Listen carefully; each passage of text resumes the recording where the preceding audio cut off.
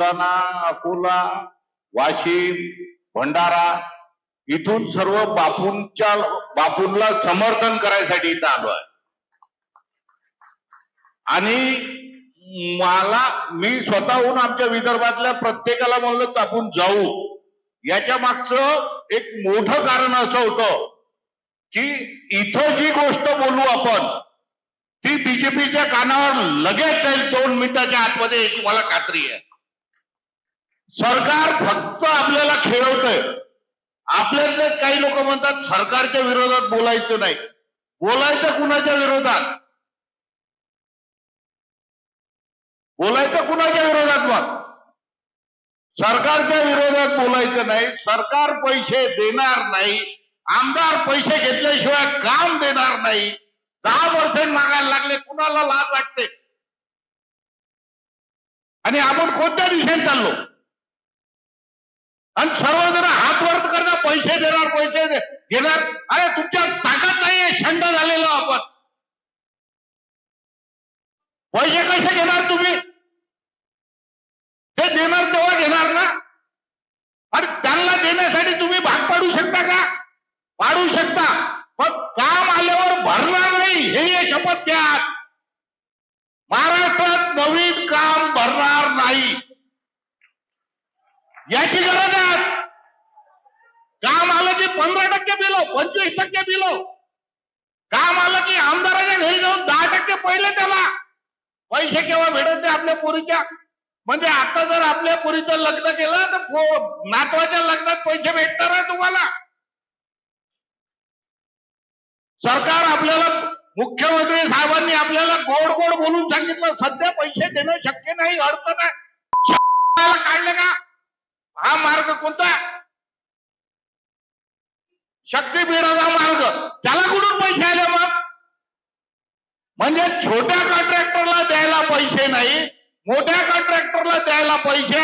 हा दुजाभाव कशासाठी? मधात एक स्कीम आणली, ते कोणते पैसे देणार? बँकाच्या करून थ्रेड. अरे आपण त्यांच्याकडून पैसे घ्यायला,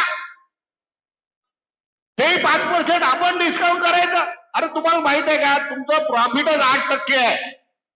कुणी 8%, मोठी कंपनी असेल तर 5%, 6%च्या वर प्रॉफिट नाही आहे. तुम्ही पहिल्यांदा काम बिलोच घेतलं म्हणजे पहिलं डिस्काउंट करून दिला, आता बिल घेताना डिस्काउंट करणार म्हणजे तुमची कंपनी, तुम्ही स्वतः व्यक्ती लॉस मध्ये दाखवणार. मला यावर्षी एवढा लॉस झाला, पुढच्या वर्षी बँक तुम्हाला उभं नाही ठेवणार दारात. डिस्काउंट करून पैसे घेतले म्हणजे लॉसच झाला ना. पहिले तर 15%, 10%, 20% बिलो मध्ये काम घेतलं. आपण एखाद्या दुकानात वस्तू घेतो, डिस्काउंट केव्हा करतो? वस्तू घेताना डिस्काउंट होतो. त्यांनी जर आपल्याला उधारी दिली समजा, नंतर आल्यावर आपण त्याला जर म्हणलं की बा आता तू हे 5,000 मला माफ कर, तो जोडा मारून का नाही आपल्याला? मग आपण सरकारला जोडा मारला पाहिजे का नाही पाहिजे? तुम्हाला काही म्हणजे आता या काळात अशी परिस्थिती झालेली आहे, सर्वांचे जिवंत मुर्दे फिरत आहेत, जिवंत मुर्दे, मन मेलेले आहे सगळ्याचे. आणि एवढी लाचारी कशासाठी? जागा ठेकेदारी नाही करू, दुसरा धंदा करू, शेती करू, काही करू. अरे पैसे तर मागा, पहिल्यांदा काम बंद करू. डांबराचे रेट वाढले, डांबराचा रेट डबल झाला. शासन डबल पैसे कमवतोय तुमच्याकडून. 18%, 40,000चा रेट होता डांबराचा, तरी 18% जीएसटी होता. आता 80,000चा रेट झाला, त्याच्यावरही 18% जीएसटी. 18 दुने 40, 36% जीएसटी झाला का नाही? 40,000च्या हिशोबाने झाला की नाही झाला? मग आपणच आहे फक्त. आपल्याला सर्वीकडून लुटल्या जात आहे आणि लूट थांबवणे हे आपलं पहिलं कर्तव्य आहे. मी तर म्हणतो आपण प्रत्येकाने नवीन कामं घेणं बंद करा. आणि आपल्या भागात जो काम करत असेल त्याच्या साईडवर सुद्धा जाऊन त्याची साईड बंद करणे हे आपलं काम आहे. तरच पैसे भेटतील, नाही तर पुढचे 15 वर्षेही पैसे भेटणार नाही. दरवेळेस 5% पैसे भेटणार, ते 5% पैसे मिळवण्यासाठी परत 5% त्याला कमिशन देणार, ही परिस्थिती आहे. तुम्ही काम कसं करताय? पहिले 10% आमदाराला द्यायचे काम घ्यायसाठी. काम घेतल्यावर 18% जीएसटी भरायचा आहे, त्याच्यावर 6% तुमचे कटणार आहे. म्हणजे किती झाले? 18 आणि 6 24 आणि 10 34.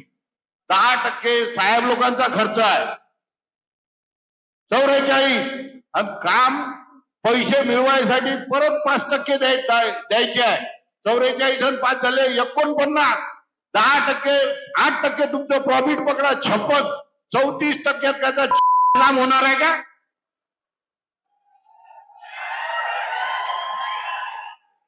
आणि वरून परत हेच आमदार म्हणणार रस्ता खराब झाला, नाली खराब झाली. अबे भाड खाणं बंद करा ना तुम्ही. सर्वांनी जर पैसे खाणं, मी तर म्हणतो कॉन्ट्रॅक्टर जसा सैनिक देशासाठी लढतो तसा कॉन्ट्रॅक्टर सुद्धा देशासाठी काम करतोय. आम्ही रस्ते बनवतो, आम्ही दळणवळणाचे साधनं बनवतो, आम्ही ब्रिज बनवतो, लोकांना सुविधा व्हाव्यात बनवतो. तुम्ही याच्यात भारत एवढी खाणार की त्याच्या घरचे लेकरं जगणं मुश्किल होणार आहे ठेकेदाराचे. यायचेच लेकरं मोठे करा लीडर लोकांचे, आणि त्याच्यासाठी काम करता का तुम्ही? पहिले तर सर्व जणांनी काम बंद करणे, पैशासाठी आंदोलन करणे, टेक्निकल प्रॉब्लेम, ते आपसातले वाद, याला काहीही अर्थ नाहीये. सर्वजण मिळून आज एक शपथ घ्या. इथून जाताना हे ठरवा, आपापल्या जिल्ह्यात आपापल्या तालुक्याच्या ठिकाणी एक मीटिंग घ्या आणि त्यांना सरळ सांगा की बाबा सरकार जीएसटी सुद्धा लागू करायला तयार नव्हतं. कॉन्ट्रॅक्टरला जीएसटी द्यायला सुद्धा तयार नव्हतं सुरुवातीला. बाबासाहेबांना माहित आहे, आम्ही जिल्हा फिरलो, त्यावेळेस नवीन कामांवर बहिष्कार टाकला. त्यावेळेस त्यांचे डोळे उघडले की यांना जीएसटी द्यावा लागतो म्हणून. आज तुम्ही नवीन कामांवर बहिष्कार टाका, त्यांचे डोळे 15 दिवसात, एवढे हुशार लोक आहे, शक्तीपीठासाठी 40,000 कोटी जर आणू शकतात, ते हॅमच्या कामासाठी एका वेळेस 20,000 कोटी रुपये देऊ शकतात, मोठमोठ्या कॉन्ट्रॅक्टरला कामं देऊ शकतात. आपले किती 54,000 कोटी म्हणले बाबूसाहेब?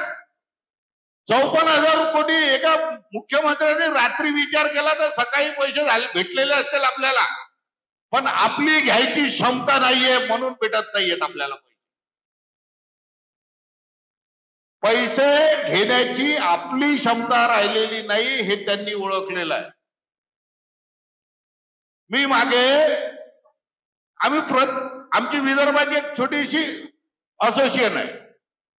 आम्ही 11 जिल्हे मिळून सर्वजण एकत्र लढतो. काहीही कार्यक्रम असला, आज आमच्या 11 जिल्ह्यापैकी 9 जिल्ह्यातले लोक इथं आलेले. फक्त बापू साहेबांनी बोलवलं की आम्ही हजर. असंच आम्ही भोसलेंनी बोलवलं म्हणून मुंबईला गेलो. मी तेव्हा चव्हाण साहेब मिनिस्टर होते. मी चव्हाण साहेबांना पैशाचा विषय बोलतोय, म्हणलं साहेब पैशाचं काय करायचं ते बोला. आमचे कसं असतं महाराष्ट्राचं काय महासंघ नाव असं ठेवलं की महासंघ म्हणल्यावर त्यांना तिथं बसणाऱ्याला वाटतं बा या महाराष्ट्राचा नेताच आहे, याच्यासोबत बोला आपण. त्याच्यासोबत बोलायला तर त्यांनी सांगितलं आम्हाला संरक्षण पाहिजे. अबे मॅड आहे का लेका? एवढे ठेकेदार आहे, एक होमगार्ड दिला तरी पुरणार नाही. एवढे होमगार्ड नसेल, पोलीस घेऊन होमगार्ड द्यायला लागत एक प्रत्येकाला संरक्षण द्यायसाठी.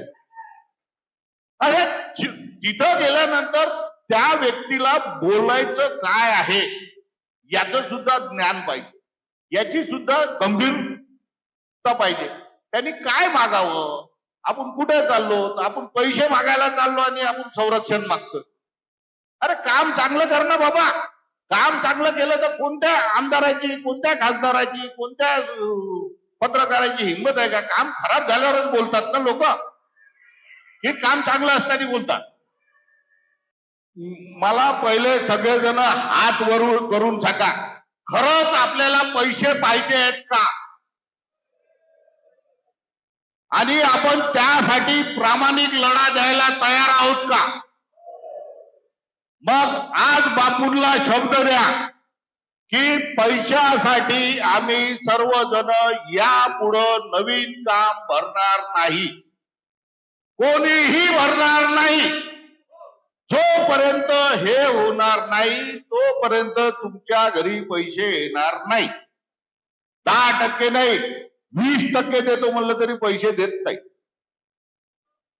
टक्के 3300 कोटीचं ऑफिसर लोकांनी आपल्याकडून पैसे घेतले ना. याही वेळ ऑफिसर लोकांनी सांगितलं की वर द्यावे लागतात. आपल्याला काय माहित आहे वर देतो बाबा का घरी देतो? सगळा बाजार वाढलेला आहे आणि तंगीत असल्यामुळं माणूस जास्त परेशानीत आहे म्हणून जास्त टक्के देत आहे. टक्केवारी व्यतिरिक्त टक्केवारी देतोय आपण आणि हे सगळं चुकीचं आहे. या जर प्रथा मोडायच्या असतील तर फक्त 2च मुद्दे घेऊन लढा. 17 मुद्दे घेऊन जाऊ नका तिथं. त्यांचं तोंड पाहू नका. काम बंद करा.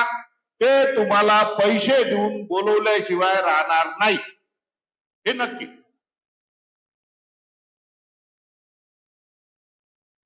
भाव वाढ, आता आपल्याला फक्त भाव वाढ 10% मिळणार आहे. डांबराचे रेट किती झाले? डबल. आपल्या याला जर स्टार रेट 51 रुपये असेल तर आपल्याला किती रुपये भेटतील? 5 रुपये 10 पैसे भेटणार आहेत भाव वाढ. आपल्याला पाहिजे किती? 80 रुपये पाहिजे. तर 80 रुपयासाठी लढावं लागेल आपल्याला. एक मुद्दा पैसे घेणे, दुसरा मुद्दा आहे ज्या पद्धतीने मार्केटचे रेट बदलतील डे बाय डे, मंथली सुद्धा चालणार नाही, डे बाय डे. उद्या जर सरकार डांबराचे रेट कोण वाढवत आहे? कोण वाढवत आहे? काय वाढवत आहे का? डांबराचे रेट कोण वाढवत आहे? सरकार वाढवत आहे. सरकारला त्याच्यावर 18% जीएसटी घेता येतो जास्तीचा. मग त्यांना अक्कल नाही त्यांना भाववाढ द्यावी लागेल म्हणून? आणि घेत नाहीये, आपण मागत नाहीये. जोपर्यंत मागणार नाही तोपर्यंत माय दूध नाही पाजत. हे तर माय. त्यामुळं मी जास्त वेळ घेणार नाही, बाकीच्यांनाही बोलायचंय. पण आपले 2 ठळक मुद्दे आहेत आणि यानंतर बापूसाहेब, माझी आपणास एक विनंती आहे, महाराष्ट्र लेवलवर अशी एक संघटना बनवा की ते जिल्ह्याचे सर्व प्रतिनिधी तुम्हाला मतदान करतील. तुम्ही म्हणजे एक जो कोणी आपण ठरवू व्यक्ती त्याला मतदान करतील आणि तो व्यक्ती प्रत्येक जिल्ह्याच्या कनेक्ट मध्ये राहील, ना की कुणाची प्रायव्हेट लिमिटेड संस्था असल्यासारखा. भोसले साहेब जसे होते, मी तर भोसले साहेबांना एकदा लिहिलं होतं 2017 मध्ये ज्यावेळेस जीएसटी साठी लढत होतो, म्हणलं तुम्हाला भोसले आडनाव लावणं शोभत नाही, तुम्ही लावू नका. कारण या आडनावामागे आमच्या मनात खूप मोठा मान आहे या आडनावाला. पण तुम्ही भोसले साहेब म्हणजे कोणते मिनिस्टर नाही, तुमचे कॉन्ट्रॅक्टर असोसिएशनचे अध्यक्ष, महासंघाचे अध्यक्ष. त्यांना बोललो होतो मी. कसं आहे, एक हुकुमशाही. बरं, त्याच्यात त्या माणसाला कळलं पाहिजे कुणाचे किती पैसे आहेत, कुणाला काय अडचण आहे. त्याला अडचणच माहित नाही लोकांच्या. आणि असा अध्यक्ष निवडा की जो कॅपेबल राहायला पाहिजे, महाराष्ट्रभर स्वतः फिरला पाहिजे. कोणत्याही कॉन्ट्रॅक्टरनी म्हणलं तर कमीत कमी वर्षातून एक तरी व्हिजिट प्रत्येक जिल्ह्याला दिली पाहिजे त्यांनी, स्वतःच्या पैशानी. नाही कॉन्ट्रॅक्टरला वर्गणी मागून मला पैसे पाठवा 5000 रुपये. पैशाचं काय केलं नगराज साहेबालाच माहित आहे.